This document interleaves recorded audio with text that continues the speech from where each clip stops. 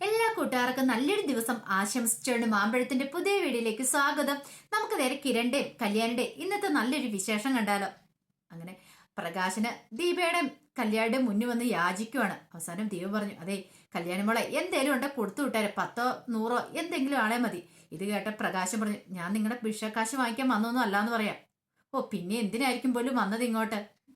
ഞാൻ എന്റെ മോളെ കാണാൻ വന്നെന്ന് പറയാം. മോളോ? ആരുടെ മോള്? ഇവള് നിങ്ങളുടെ മോളാണോ? ഇങ്ങനെയൊന്നും അല്ലായിരുന്നല്ലോ നിങ്ങൾ പറഞ്ഞുകൊണ്ടിരുന്നേ. നിങ്ങൾക്ക് ഇവളെ കാണുന്ന പോലെ ചതുർത്ഥിയായിരുന്നല്ലോ, പിന്നെ ഇങ്ങനെ നിങ്ങളുടെ ഇവിടെ മോളായി.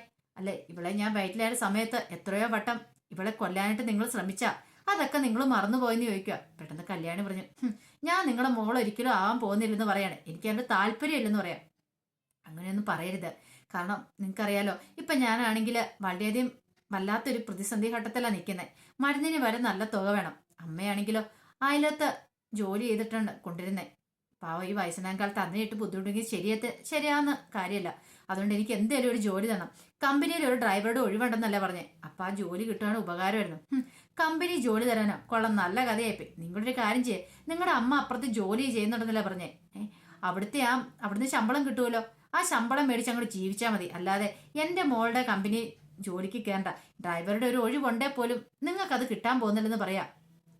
കല്യാണി പറഞ്ഞു, ഡ്രൈവറുടെ ഒഴിവുണ്ടെങ്കിലും അവിടെ ഞാൻ ആരെയും ഇപ്പം തൽക്കാലം അപ്പോയിന്റ്മെന്റ് ചെയ്യാനായിട്ട് ഉദ്ദേശിക്കുന്നില്ലെന്ന് പറയാം. പ്രകാശം പറഞ്ഞു, അങ്ങനെ പറയല്ലേ. ഈ സമയം ദീപ പറഞ്ഞു, അങ്ങനെ പറയല്ലെന്ന് പറഞ്ഞ് നിങ്ങൾക്ക് എന്താ അവകാശം ഇരിക്കണേ?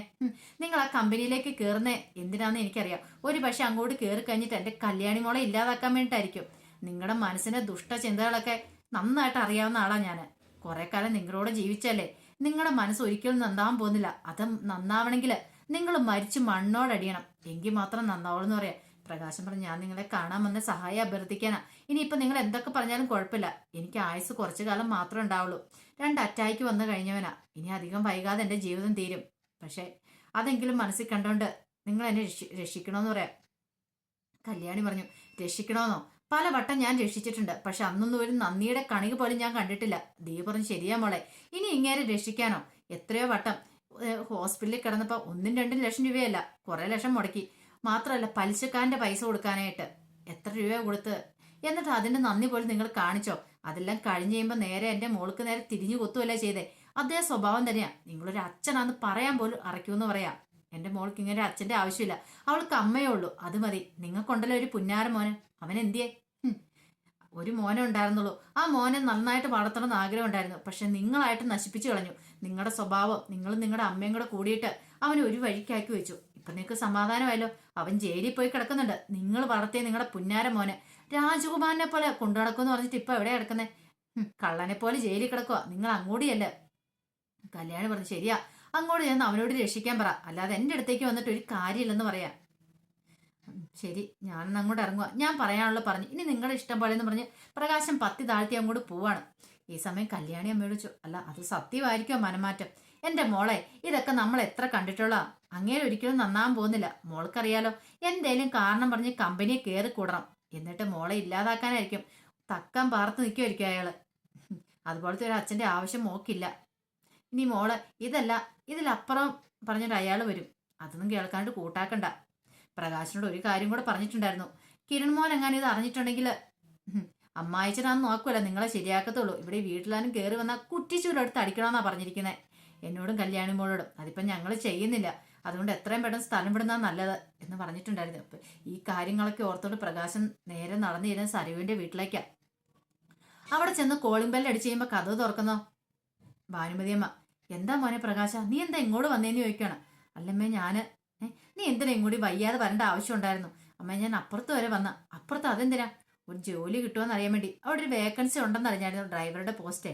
അപ്പൊ അത് കിട്ടുവാണെങ്കിൽ നല്ല കാര്യമല്ലേ, ജോലി ചെയ്യാലോ. എന്റെ പൊന്നു മോനെ, നിന്നെയല്ലാതെ വേറെ ആരെങ്കിലും അങ്ങോട്ട് ചെല്ലുവോ? നീ അവരുടെ കാലെ പിടിച്ച് ജോലി ചെയ്യുന്നേക്കാളും ഭേദം നിനക്ക് വേറെ എന്തെങ്കിലും കൂലിപ്പണിയൊക്കെ പോകുന്ന. അമ്മേ അറിയാലോ, എനിക്ക് ദേഹം അനങ്ങി ഒരു ജോലി ചെയ്യാൻ പറ്റില്ലാന്ന്. അതൊക്കെ എനിക്ക് അറിയാം മോനെ. എന്നാലും അത്രയ്ക്കൊന്നും വേണ്ടായിരുന്നു. അല്ല എന്നിട്ട് എന്ത് പറഞ്ഞു അവറ്റകള്?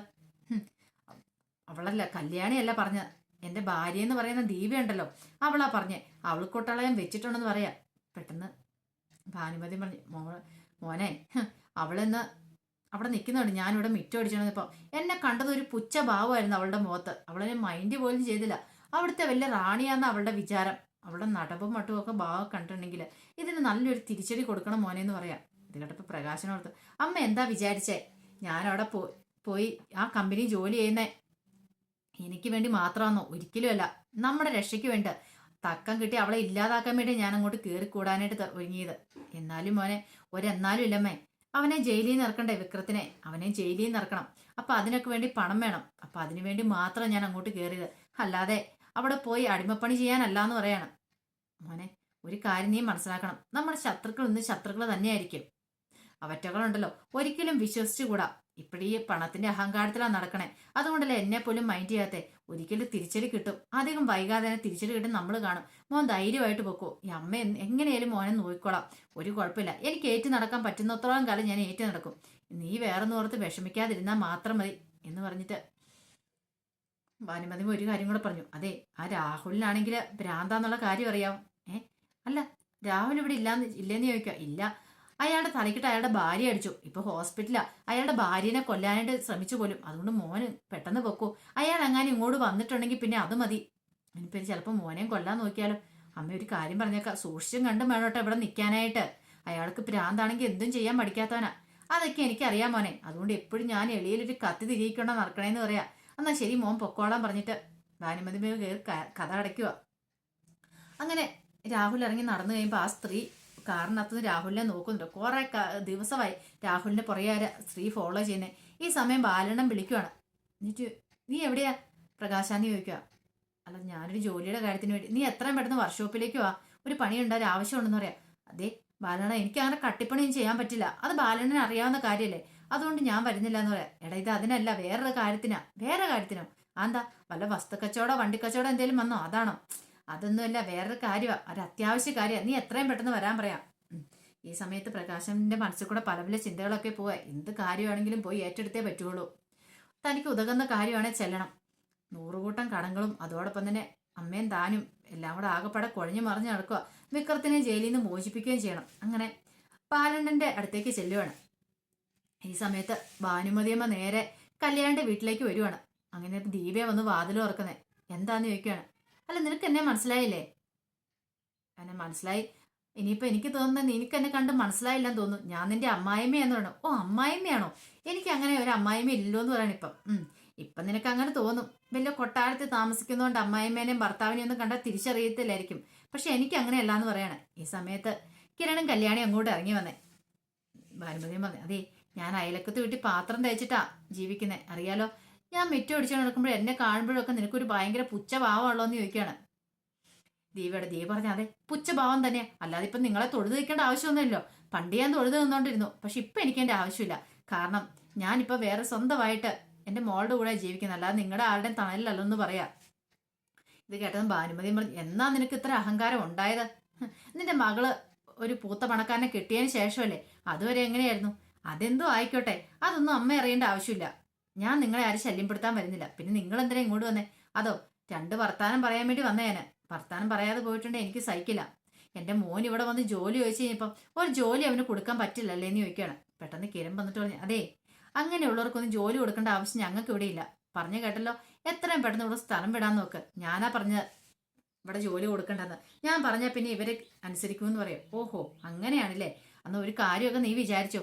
ഒരു ദിവസം ഞങ്ങൾക്കൊരു നല്ല കാലം വരൂടാ. ഈ കാലമൊക്കെ ഇങ്ങോട്ട് പോവും. ഞാൻ അപ്പുറത്ത് വീട്ടിൽ പാത്രം കഴിയാനുള്ള എൻ്റെ മോനെ നോക്കും. പക്ഷെ എന്നും കൂന്ന് ഞങ്ങളിങ്ങനെ കിടക്കില്ല. ഇത് കേട്ടപ്പോൾ ദേവി പറഞ്ഞു, ആയിക്കോട്ടെ, അതിനിപ്പം ഞങ്ങൾക്ക് കുഴപ്പമൊന്നുമില്ല. പിന്നെ നിങ്ങൾ ചെയ്ത കാര്യങ്ങളൊക്കെ അത്രയും പെട്ടെന്ന് മറക്കാൻ പറ്റില്ലല്ലോ. ഒരു പക്ഷേ നിങ്ങളുടെ മോൻ ആ കമ്പനി ജോലി കൊടുത്തിട്ടുണ്ടെങ്കിൽ എൻ്റെ മോളെ ഇല്ലാതാക്കാൻ വരെ അവൻ മടിക്കത്തില്ല. പിന്നെ അതാ നീയാണോ തീരുമാനിക്കുന്നത്? എൻ്റെ മോൻ അങ്ങനെയും ചെയ്യത്തില്ല എന്ന് പറയാം. ചെയ്യത്തില്ല പോലും. വയറ്റിൽ കിടക്കുമ്പോൾ തന്നെ എത്രയോ വട്ടം കല്യാണി മോളെ ഇല്ലാതാക്കാൻ ശ്രമിച്ചാ. കൂടുതൽ എന്നെ കൊണ്ടൊന്നും പറയിക്കണ്ടെന്ന് പറയാം. എടീ, നീ പറയുന്നതിനൊക്കെ നീ അനുഭവിക്കൂടി. ഇത് കേട്ടപ്പം കല്യാണി പറഞ്ഞു, അനുഭവിക്കാൻ പോകുന്ന ഞങ്ങളല്ല, മിക്കവാറും അമ്മമ്മയായിരിക്കും. ഇങ്ങനെ പോയിട്ടുണ്ടെങ്കിൽ അധികം വൈകാതെ വല്ല അമ്പലത്തിൻ്റെലോ വല്ല കിടക്കേണ്ട വരുമെന്ന് പറയാം. കിടക്കേണ്ട വരും, അത് ഞാനല്ല, നീ ആയിരിക്കും എന്ന് പറയാം. പിന്നീട് ദേവിയോട് പറഞ്ഞു, എന്നും കുന്ന് നീ ഇങ്ങനെ വാഴാൻ പോകുന്നില്ലേ? നീ കണ്ടോ, നീ അനുഭവിക്കാൻ പോകുന്നുള്ളൂ. എന്താ സംഭവിക്കാൻ പോകുന്നറിയാം? കുറച്ച് നാൾ കഴിയുമ്പം നീ ആരോരും ഇല്ലാതെ നീ ഇവിടെ കിടന്ന് തിണ്ടി അലയൂടി എൻ്റെ കൺമുന്നിൽ വന്ന് യാചിക്കൂന്ന് പറയാം. ദേവി പറഞ്ഞു, ആയിക്കോട്ടെ, എനിക്കൊരു കുഴപ്പമില്ല എന്ന് പറയാം. പിന്നീട് കല്യാണ്ട് പറഞ്ഞു, നീ വലിയ ചിത്രകാരിയാണല്ലോ, വലിയ പടംവരക്കാരിയാണല്ലോ, ഒരു ദിവസം നീയും പടമാകും, അന്ന് ഞാനൊന്ന് ചിരിക്കൂന്ന് പറയാ. ഇത് കേട്ടപ്പോ കിരണിന് ചിരിയാ വന്നേ. കുഴിയിലേക്ക് കാല് നീട്ടിയിരിക്കുക, അന്നേരം നാക്കിനൊരു കുറവില്ലെന്ന് പറയാണ്. നീയൊക്കെ അനുഭവിക്കാൻ പോകുന്നല്ലടാ, ഞാൻ കാണിച്ചു തരാളാന്ന് പറഞ്ഞുകൊണ്ട് അവരങ്ങോട്ട് ഇറങ്ങി പോവാണ്. പിന്നീട് കല്യാണിയും കിരണും കൂടെ നേരെ രൂപയുടെ ചന്ദ്രസേനന്റെ അടുത്തേക്ക് ചെല്ലുവാണ്. അടുത്തേക്ക് ചെന്നപ്പോൾ ചന്ദ്രസേനൻ പറഞ്ഞു, മോള് ചെയ്തൊരു നല്ല കാര്യമാണ്, അയാൾക്കൊരു ജോലി കിട്ടിയില്ല മോളുടെ അച്ഛന്. ഈ സമയം രൂപ പറഞ്ഞു, ശരിയാ, അവനെപ്പോലെ ഒരു ദുഷ്ടന് ജോലി കൊടുത്തായിരുന്നെങ്കിൽ മോളെ ഇല്ലാതാക്കാൻ പോലും അവൻ പഠിക്കത്തില്ലായിരുന്നു. കിരൺ പറഞ്ഞു, അതൊക്കെ അറിഞ്ഞോണ്ട് അമ്മേ ഞാൻ കല്യാണിന് മുമ്പേ പറഞ്ഞിട്ടുണ്ടായിരുന്നു, അങ്ങനെ ആരും വന്നിട്ടുണ്ടെങ്കിൽ വീട്ടിൽ പോലും കയറ്റല്ലെന്ന്.